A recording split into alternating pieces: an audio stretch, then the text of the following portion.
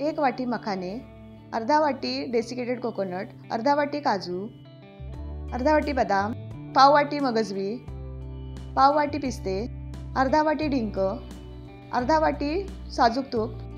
आता मी एक कढई घेतलेली आहे, त्यामध्ये 2 चमचे तूप घालून त्यामध्ये मी आता काजू मंद गॅसवरती थोडेसे भाजून घेणार आहे. आता हे भाजून झालेले आहेत. आपण एका डिशमध्ये काढून घेणार आहोत. तसेच आपण याच पॅनमध्ये एक एक सगळे ड्रायफ्रूट्स भाजून घेणार आहोत. आता आपण हे बदाम भाजून घेणार आहोत मंद गॅसवरती.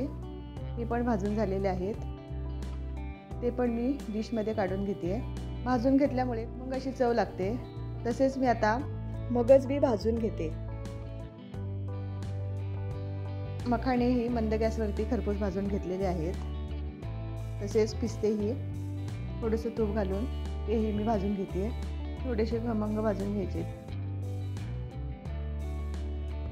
तसेच 3 चमचे मी आता साजूक तूप पुन्हा घालून घेते आणि त्यामध्ये मी हा डिंकही मंद गॅसवर भाजून घेणार आहे. मंद गॅसवरती भाजल्यामुळे तो आतपर्यंत छानपैकी भाजला जातो.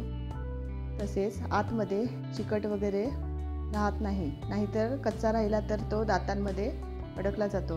त्यामुळे तो छान असा फुलून द्यायचा. आता हा छान फुललेला आहे, तो पण मी आता एका डिशमध्ये काढून घेते. आता हे आपले सगळे ड्रायफ्रूट्स भाजून झालेले आहेत. आता आपण एका मिक्सरच्या भांड्यामध्ये ते बारीक करून घेणार आहोत.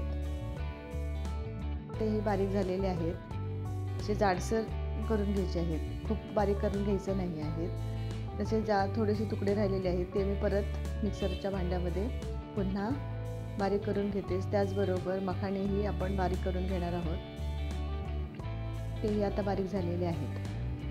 तसेच आपण डिंकही तळलेला आहे, तोही आपण मिक्सरवरती बारीक करून घेणार आहोत.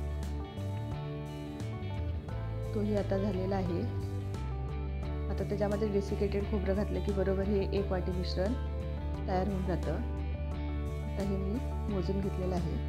आता हे पूर्ण आपण छान असं मिक्स करून घ्यायचं.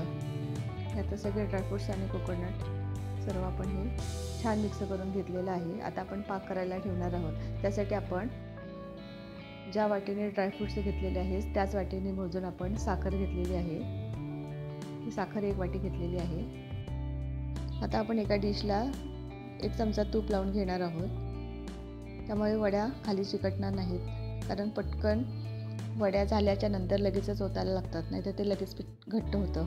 आता आपण एका कढईमध्ये साखर घालून घेतलेली आहे. ती साखर भिजेल इतकं आपण त्यामध्ये पाणी घालून घेणार आहोत. 1 फुलपात्र पाणी घालायला लागलं. आता आपण हे गॅसवरती गरम करायला ठेवलेलं आहे. आता आपण आता एक तरी पाक करून घेणार आहोत त्याचा. आता हा पाक झालेला आहे, ते बघा ते असं ह्याच्यासारखं पडतंय. आता आपण त्यामध्ये हे सगळे बारीक केलेले ड्रायफ्रूट्स घालून घेणार आहोत आणि छानपैकी मिक्स करून घेणार आहोत. आता हे झालेलं आहे. आपण त्यात वेलची आणि जायफळ घातलेलं आहे आणि आपण एक त्या तूप लावलेल्या डिशमध्ये पटकन हे ओतून घ्यायचं आणि ते स्प्रेड करून घ्यायचं. मी हे करून घेतलेलं आहे. आता फुलपात्राला तूप घालून लावलेलं आहे आणि त्याच्या साहाय्याने मी हे पटकन स्प्रेड करून घेते. आता आपण ह्या गरम आहेत तोपर्यंतच वड्या पाडून घेणार आहोत. थंड झाल्या की वड्या पाडता येत नाहीत आणि त्या तुटतात. त्याच्यामुळे आत्ताच गरम असतानाच आपण जर का वड्या कट करून घेतल्या की ते छान वड्या पडतात आणि आकारही छान येतो. आता ह्या मखाणे आणि ड्रायफ्रूटच्या वड्या आपल्या तयार झालेल्या आहेत. हे आता मी एका डिशमध्ये काढून घेतलेले आहेत. हे आहे ड्रायफ्रूट्स मखाण्याची बर्फी. ह्याला मेवा पाकही म्हणतात. तुम्ही पण नक्की ट्राय करा, खूप छान होतात.